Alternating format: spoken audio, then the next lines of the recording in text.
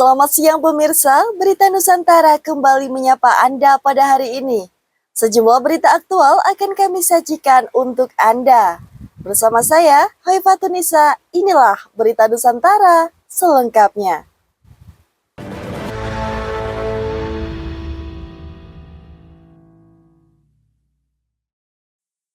Pemirsa, kita awali Nusantara siang ini dengan kabar duka dari Purbalingga. Kecelakaan maut terjadi di jalur Bayeman, tepatnya di Desa Talaplor, Kecamatan Karangreja, Kabupaten Purbalingga. Sebuah mobil box bermuatan mie instan mengalami kecelakaan, satu orang tewas di tempat kejadian. Beginilah kondisi mobil box bermuatan mie instan Sarimi yang mengalami kecelakaan di jalur Bayeman, Desa Talaplor, Kecamatan Karangreja, Kabupaten Purbalingga. Mobil nahas ini melaju dari arah utara menuju selatan sebelum akhirnya terguling dan menabrak tebing di sisi jalan hingga masuk jurang. Diduga, kecelakaan terjadi akibat remblong saat melintas di jalur menurun dan berkelok. Akibat kejadian ini, satu orang kernet yang berada di dalam mobil dilaporkan meninggal dunia di lokasi kejadian. Korban diduga tewas setelah melompat keluar dari kendaraan sesaat sebelum benturan terjadi. Sementara itu, sang sopir dilaporkan selamat. Petugas kesehatan yang datang ke lokasi langsung mengevakuasi jenazah korban ke rumah sakit terdekat menggunakan ambulans. Diketahui, jalur Bayeman memang dikenal sebagai salah satu titik rawan kecelakaan di wilayah Purbalingga, terutama bagi kendaraan besar yang melintas saat kondisi rem tidak optimal. Pihak kepolisian saat ini masih melakukan penyelidikan lebih lanjut terkait penyebab pasti kecelakaan. Solihin Kohar, Java TV melaporkan. Pemirsa, proyek kereta cepat Jakarta-Surabaya kembali menjadi sorotan. Direktur Utama PT KCIC berharap dukungan penuh dari pemerintah untuk kelanjutan mega proyek ini. Dalam wawancara, Dwiana mengakui mahalnya dana pengadaan proyek kereta cepat. Bahkan ia menyebut tidak semua perbankan atau lembaga keuangan mampu membiayai proyek ini. Ia juga mengatakan bahwa kebanyakan negara proyek kereta cepat berasal dari pemerintah itu sendiri. Ia mengatakan jika KCIC menanggung seluruh biaya proyek, maka dikhawatirkan dana pengembalian investasi akan berjalan lambat. Oleh karena itu, ia mengharapkan dukungan pemerintah dalam proyek ini, terutama permasalahan lahan dan infrastruktur. Dwiana mengatakan bahwa sudah seharusnya KCIC berkembang atau menambah rute sehingga layanan ini tidak hanya terbatas di Jakarta-Bandung saja. Mengenai dukungan pemerintah terhadap rencana proyek kereta cepat Jakarta-Surabaya, Dwiana membeberkan bahwa saat ini pemerintah tengah mengkaji melalui Menteri Koordinator Bidang Infrastruktur dan Pembangunan Kewilayahan. Java TV melaporkan. Kita beralih ke informasi seputar dunia pendidikan. Mantan Mendikbud periode 2019-2024, Nadiem Makarim tidak hadir memenuhi panggilan Kejaksaan Agung terkait kasus dugaan korupsi pengadaan laptop. Nadiem Makarim tidak memenuhi panggilan Kejaksaan Agung yang menjadwalkan pemeriksaan lanjutan pada hari Selasa, 8 Juli lalu. Melalui Hotman Paris, selaku kuasa hukumnya, Nadiem diklaim Hotman telah mengajukan permohonan penundaan pemeriksaan. Hotman dalam pesan singkatnya mengatakan bahwa Nadiem meminta penundaan pemeriksaan terhadap dirinya selama 1 minggu. Senada dengan Hotman, kuasa hukum mantan Mendikbud lainnya, yakni Hana, membenarkan penundaan tersebut. Namun, Hana belum bisa membeberkan alasan penundaan yang dilayangkan Nadiem. Java TV melaporkan. Pemirsa, Kejaksaan Tinggi Kepulauan Riau tengah menyelidiki kasus dugaan pungutan liar. Dugaan tersebut muncul dalam transisi penerapan sistem tiket manual ke elektronik di Pelabuhan Sri Bintan Pura, Tanjung Pinang, Kepulauan Riau. Penyelidikan tersebut dibenarkan oleh Kepala Seksi Penerangan Umum Kejati Kepri, Yusnari Yusuf, saat memberikan keterangannya terhadap dugaan kasus ini pada Selasa 8 Juli lalu. Ia mengatakan bahwa saat ini pihaknya tengah mengumpulkan data serta bahan keterangan yang telah dikumpulkan. Yusuf menyebutkan siapa saja pihak yang dimintai keterangan terhadap kasus ini, antara lain pihak aplikator PT Mitra Kasih Permata yang menjadi penyedia sistem tiket elektronik, kantor Kesyah Bandaran, dan otoritas pelabuhan sebagai operator pelabuhan serta pelindo. Meskipun beberapa pihak terkait sudah dimintai keterangan, namun saat ini ia masih belum bisa memberikan keterangan secara rinci, dikarenakan saat ini masih tahap penyelidikan. Penerapan e-ticketing di pelabuhan ini dikeluhkan para penumpang kapal feri. Hal ini dikarenakan adanya pungutan sebesar 2.000 serta penumpang seolah tetap diharuskan membeli tiket secara manual dan mengantri. Java TV melaporkan. Berikut ini kabar dari Ibu Kota Negara IKN. Kepala Otorita IKN Basuki Hadi Mulyono angkat bicara menanggapi isu praktik prostitusi di kawasan pembangunan Ibu Kota Nusantara, Kalimantan Timur. Basuki membantah bahwa praktik prostitusi tersebut tidak dilakukan di IKN, melainkan di wilayah sekitar IKN, yakni Kecamatan Sepaku, Penajam, Pasir Utara. Basuki menyebut bahwa para aparat gabungan dari kepolisian, Satpol PP, beserta pemerintah setempat pernah melakukan razia prostitusi pada bulan Ramadan lalu. Ia menambahkan bahwa saat razia setidaknya ada sejumlah 8 warung yang didatangi, serta ditutup imbas dugaan menjadi lokasi prostitusi. Lebih jauh, ia mengklaim bahwa prostitusi saat ini sudah tidak ada di wilayahnya. Basuki mengatakan bahwa pihaknya ke depannya akan terus melakukan operasi dan penjaringan terhadap tempat yang diduga menjadi lokasi prostitusi. Kasus dugaan prostitusi mencuat ketika Satpol PP Penajam Pasir Utara menertibkan puluhan orang perempuan yang diduga menjadi PSK di sekitar wilayah IKN Kalimantan Timur dalam sebuah operasi penertiban sepanjang 2025. Java TV melaporkan. Dari dunia perdagangan internasional, keputusan Presiden Amerika Serikat Donald Trump kembali memicu reaksi. Kenaikan tarif impor sebesar 32% atas produk Indonesia disayangkan oleh sejumlah anggota DPR.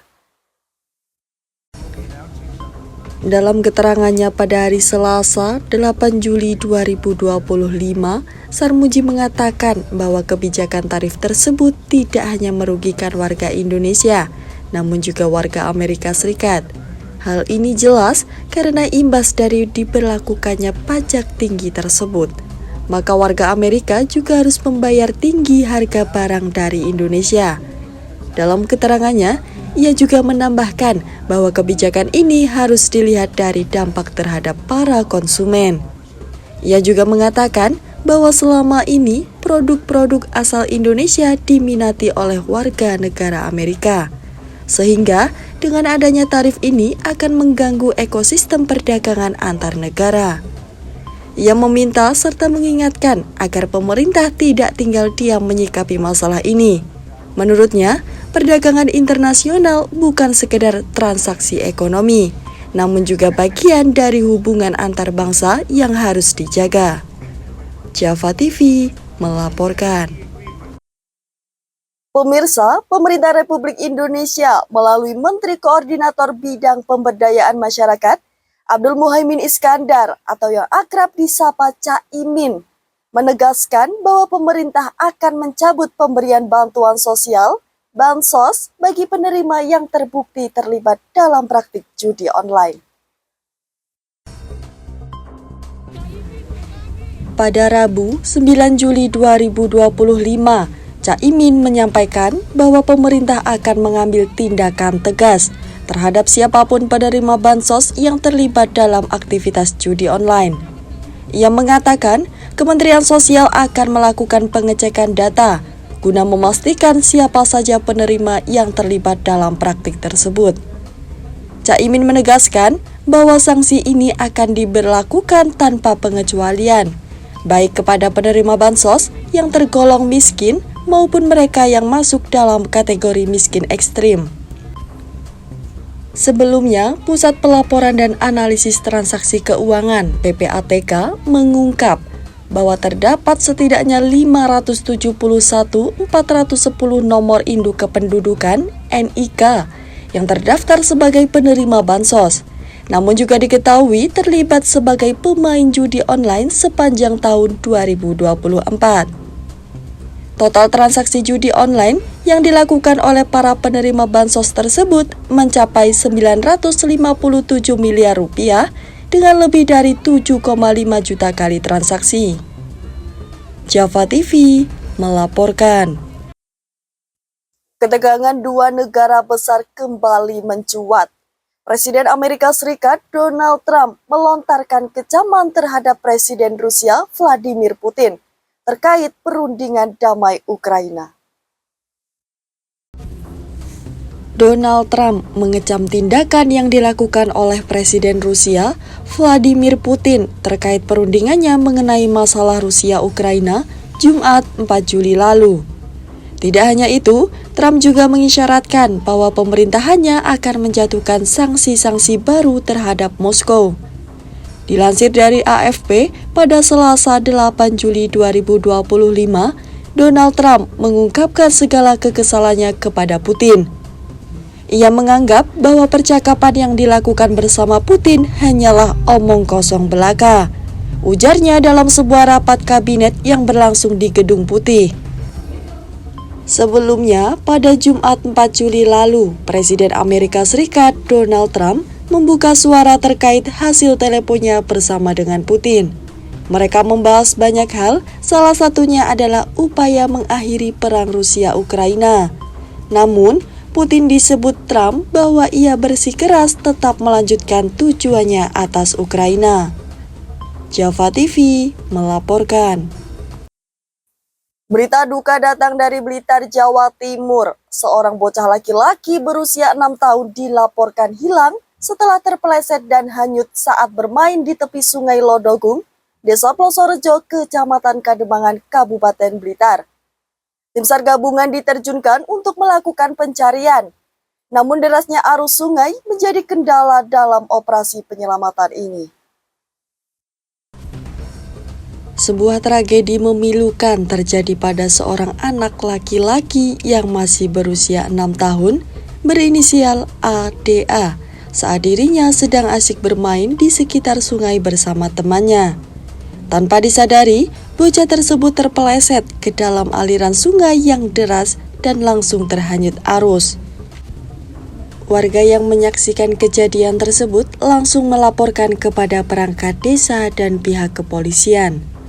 Tak lama berselang, tim SAR gabungan dari TNI, Polri, BPBD Kabupaten Blitar, dan sejumlah relawan langsung bergerak untuk melakukan pencarian. Proses pencarian berlangsung hingga hari kedua. Pada hari kedua, setidaknya sejumlah 50 personel gabungan dikerahkan untuk menyisir aliran sungai sepanjang 2 km dari titik awal lokasi kejadian. Koordinator Tim SAR Gabungan Imam Nahrawi menjelaskan bahwa pencarian saat ini masih dilakukan secara manual. Metode yang digunakan adalah penyisiran dengan bantuan tali dan pengawasan di sepanjang bantaran sungai. Jika pencarian hari ketiga masih belum menghasilkan titik terang, maka akan dilakukan metode lanjutan, yaitu menggunakan perahu karet dan teknik pengadukan sungai untuk membantu menemukan korban. Dengan cara manual yaitu dengan uji, ya, kita coba dari tempat kejadian kita coba penyisiran dengan cara kita berjajar ya, atau dengan cara penyatuan ya. Kemudian kesempatan hari kedua ini korban kita coba ditemukan ya. Kita coba kita sampai ke titik mungkin jembatan kita lakukan dengan manual, dan nanti kalau memang hasil nihil kita akan upayakan kita lanjutkan dengan menggunakan perahu karet. Ada sekitar berapa petugas Pak yang dikirim? Yang ikut bergabung ada sekitar 50 orang ada. Ya. Terdiri dari kita sendiri, dari Basarnas, dari Tagana, dari Kabupaten Blitar, dari Jatim ada, terus ada Tagana, ada PMI, terus ada teman-teman dari Basarta, dari rekan-rekan dari Rapi, Ferrari, terus ada lagi ini dari teman-teman Kanjuruhan. Untuk kendala-kendalanya? Untuk kendala sementara ini kita tidak bisa menjangkau di bawah itu pusaran air ya. Cuma kita bisa lakukan dengan cara kita gantol ya, sehingga untuk menjaga barangkali ada di situ. Ternyata tadi kita coba dengan masyarakat kita lakukan penggantolan ya, namun hasil masih kecil, sehingga kita lanjutkan dengan cara tubing, kita lanjut penyisiran dengan bertambah. Kalau untuk kondisi sungai Pak, mungkin arusnya dan sebagainya Harusnya agak deras, harusnya agak deras. Hingga saat ini, korban masih belum berhasil ditemukan. Namun upaya pencarian akan terus dilakukan sesuai standar operasi penyelamatan yang berlaku, yaitu hingga 7 hari atau sampai korban ditemukan. Pihak keluarga yang terus menunggu di lokasi kejadian pun tak kuasa menahan kesedihan. Warga setempat secara bergilir membantu proses pencarian maupun memberikan dukungan kepada keluarga korban yang dilanda duka mendalam. Peristiwa ini sekaligus menjadi pengingat bagi semua pihak, khususnya orang tua, untuk terus mengawasi anak-anaknya saat bermain di dekat area rawan seperti sungai atau saluran air besar. Ahmad Ion, Java TV melaporkan. Dan dari Kalimantan Tengah, pemirsa, sebuah kecelakaan air terjadi saat kapal tongkang menabrak perahu di perairan Barito Utara. Proses evakuasi masih terus dilakukan. Sebuah detik-detik terjadinya kecelakaan air terekam di kamera salah satu warga. Sebuah kapal tongkang yang menyeruduk perahu kecil, tepatnya di perairan antara Desa Bumban Tuhuk, Kecamatan Barito Tuhuk Raya, Murung Raya, dan Desa Jangkang Baru, Kecamatan Lahai Barat, Barito Utara pada Selasa 8 Juli lalu. Dalam video tersebut memperlihatkan beberapa orang yang sedang menaiki perahu kecil, kemudian ditabrak oleh kapal tongkang.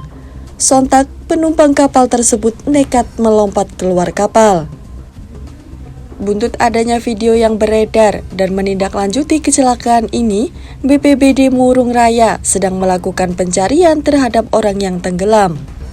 Hal tersebut dikonfirmasi oleh Kepala BPBD Barito Utara, Simamoto Rahman. Namun pihaknya saat ini belum bisa memberikan keterangan lebih lanjut terkait kecelakaan ini. Java TV melaporkan. Baik pemirsa, informasi tadi sekaligus menjadi penutup perjumpaan kita hari ini. Saya Haifatunisa dan segenap tim redaksi yang bertugas pamit undur diri. Selamat siang, salam berita Nusantara.